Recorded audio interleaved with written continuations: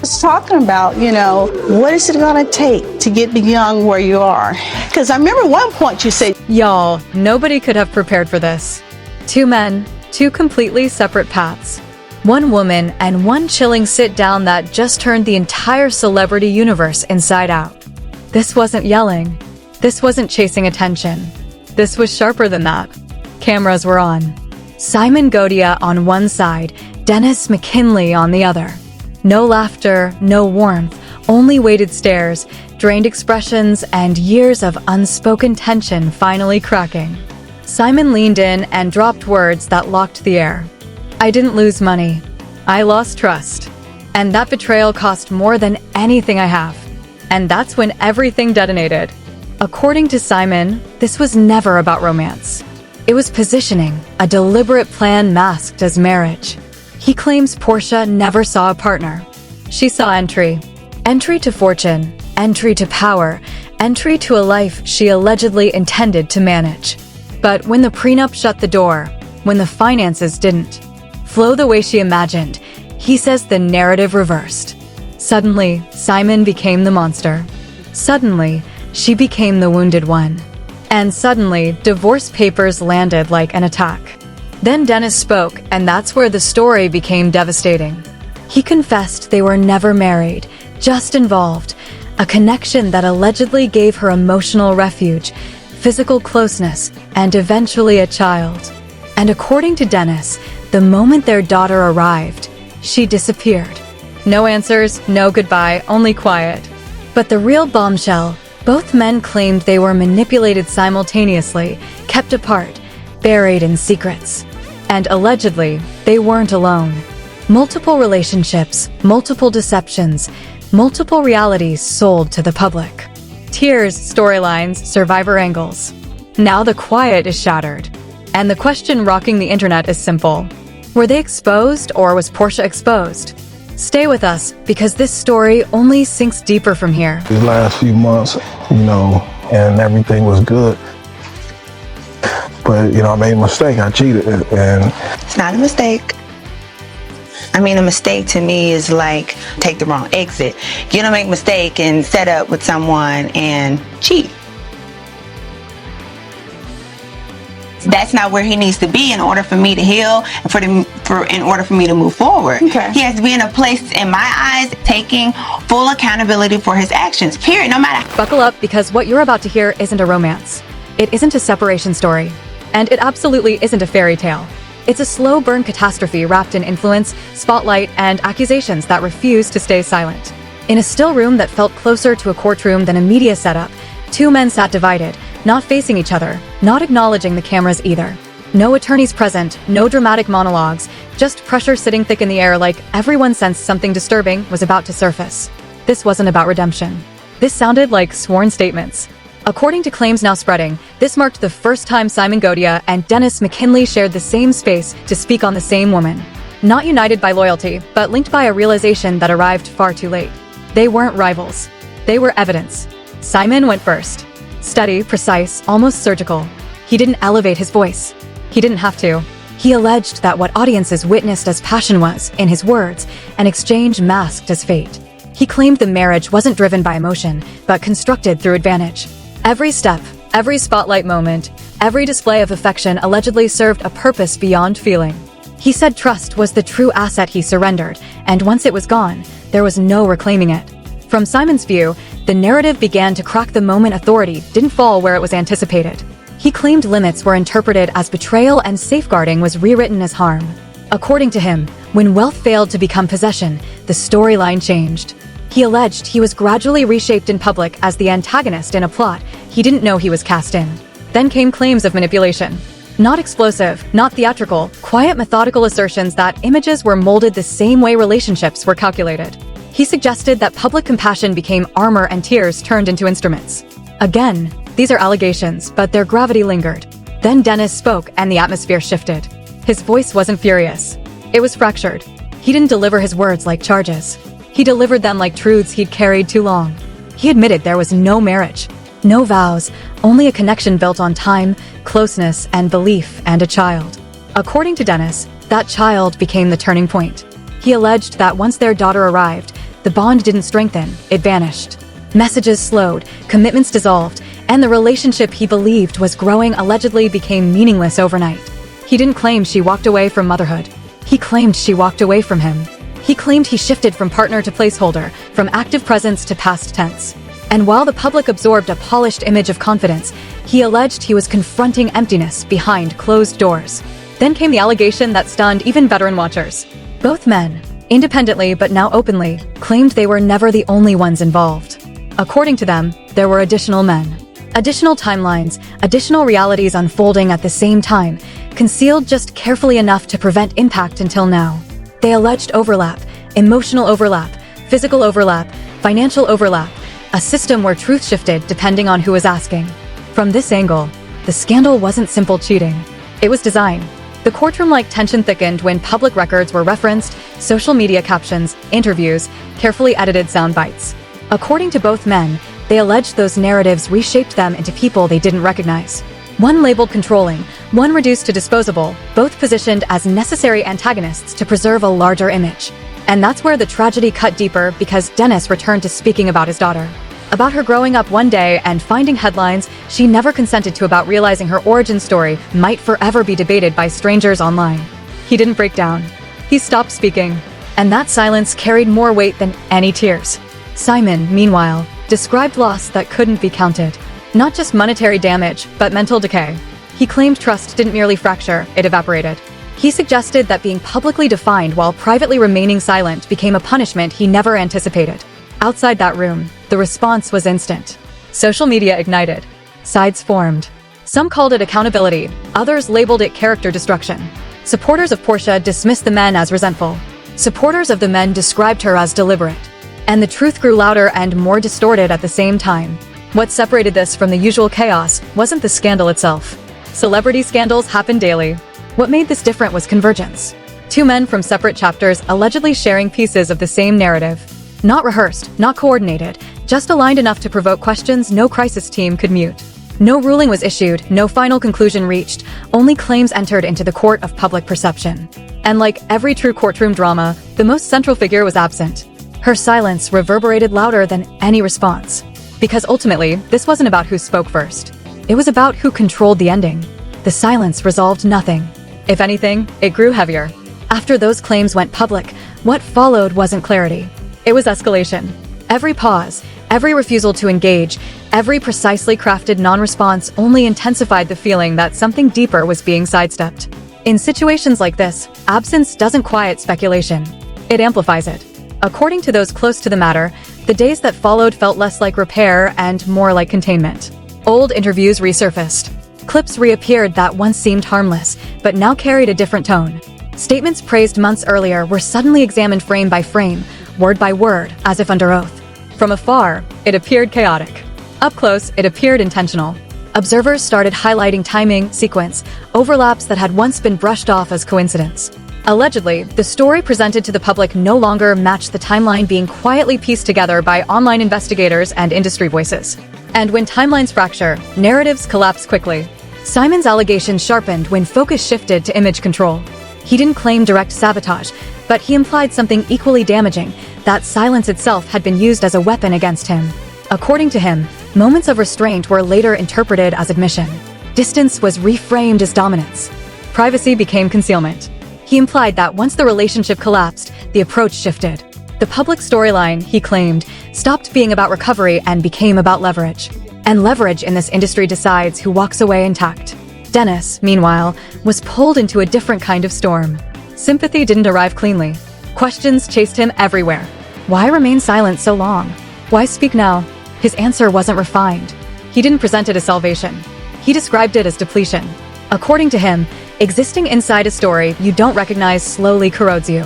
The version of him displayed publicly didn't resemble the man parenting a child in private. He said the most painful part wasn't misunderstanding.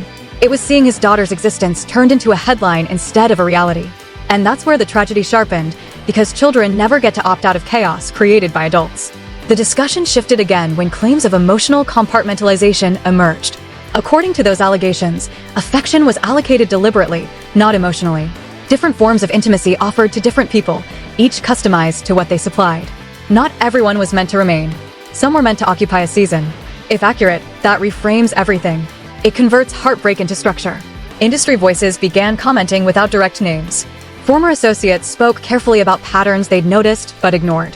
Friends hinted at cautions that were brushed aside. Nothing definitive, nothing provable, just enough haze to keep speculation burning. And then the financial conversation surfaced. Not allegations of stealing, but of assumption. Simon allegedly implied that access to money was expected rather than discussed. That refusal was perceived as betrayal. That autonomy was labeled aggression. Again, these are claims, not verdicts. But in the court of public opinion, perception usually outruns evidence. Dennis Payne surfaced differently. He spoke about absence, missed milestones, witnessing moments from the edges. He didn't accuse parental alienation outright, but he described a situation where presence felt conditional, where access carried emotional cost, where silence followed compliance and resistance created distance. The internet responded as it always does. It picked sides. Some branded the men resentful and wounded. Others called them victims who stayed quiet too long. Supporters of Porsha argued that powerful men struggle when they lose control of narratives. Critics argued that powerful women aren't believed when multiple voices challenge them.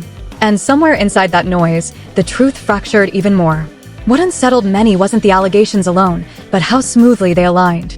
Two men from separate timelines, separate emotional stakes, describing patterns that sounded disturbingly familiar. Not identical accounts, overlapping ones, enough to make dismissal feel premature. No response arrived, no statement, no denial.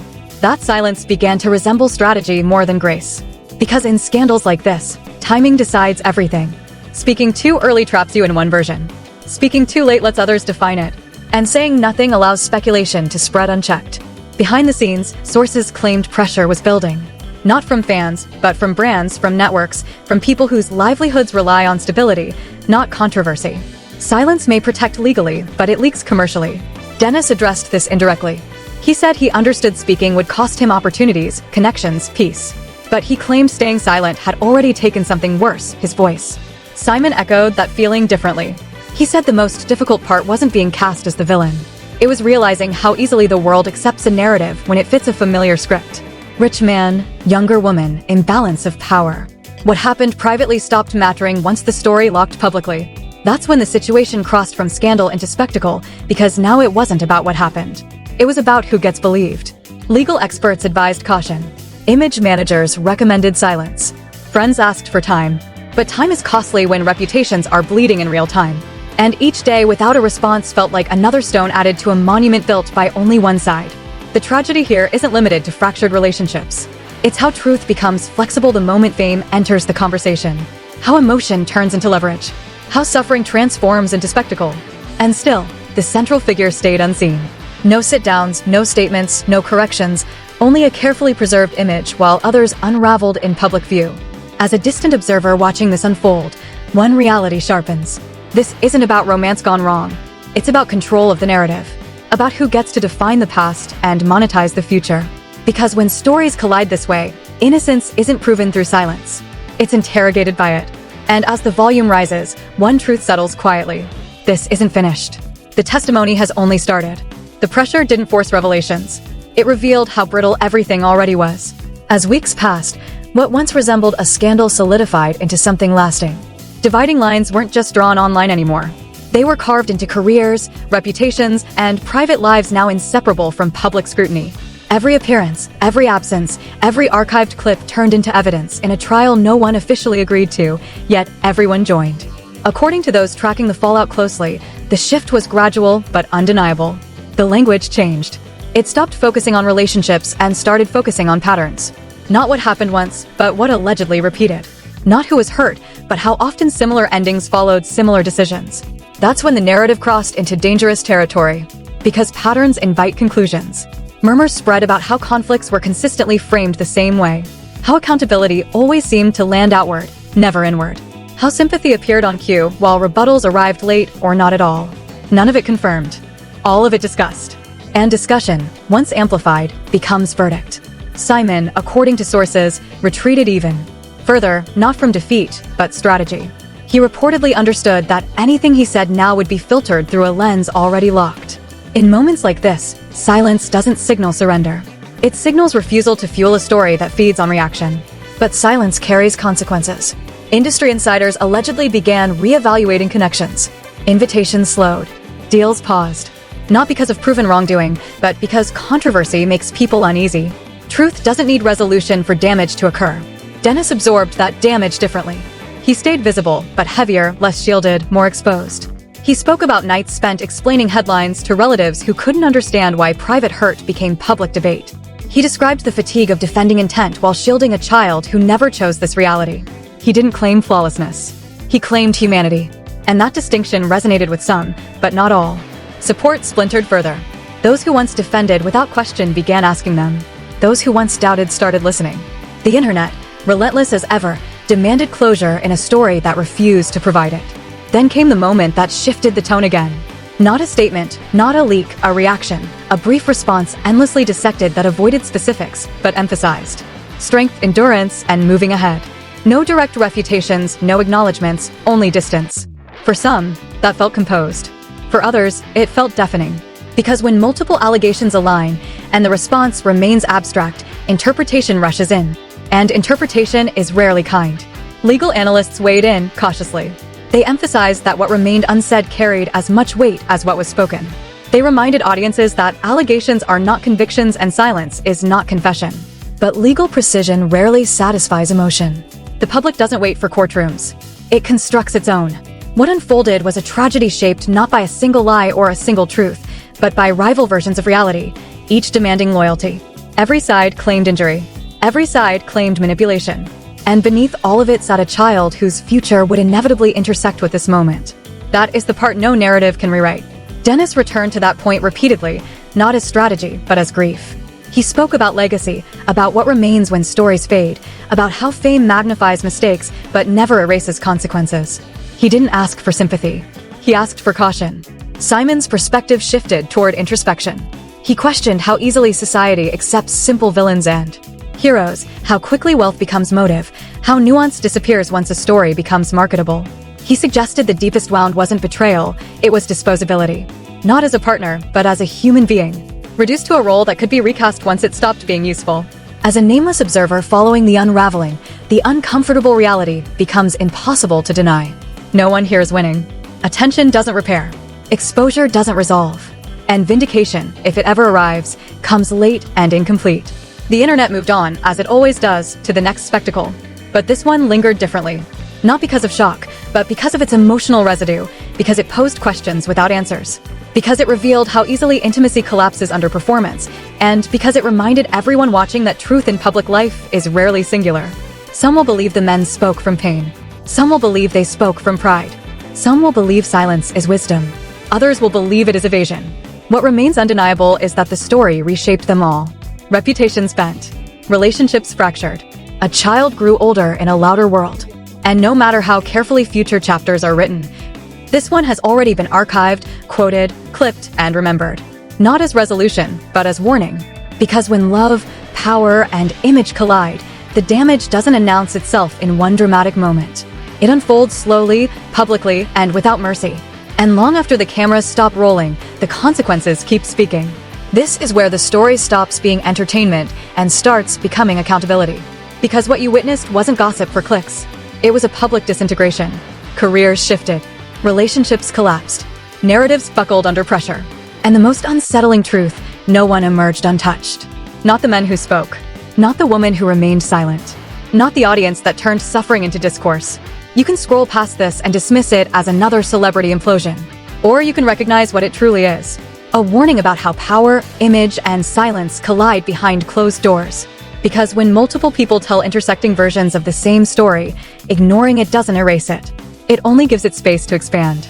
Ask yourself why certain questions never received answers, why timelines refused to align, why emotion replaced explanation, and why public sympathy is so easily steered by whoever holds the microphone most. This isn't about choosing teams. It's about rejecting polished narratives without asking who profits from them.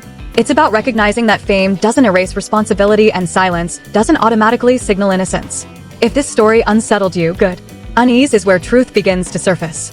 If it angered you, even better, because anger means attention.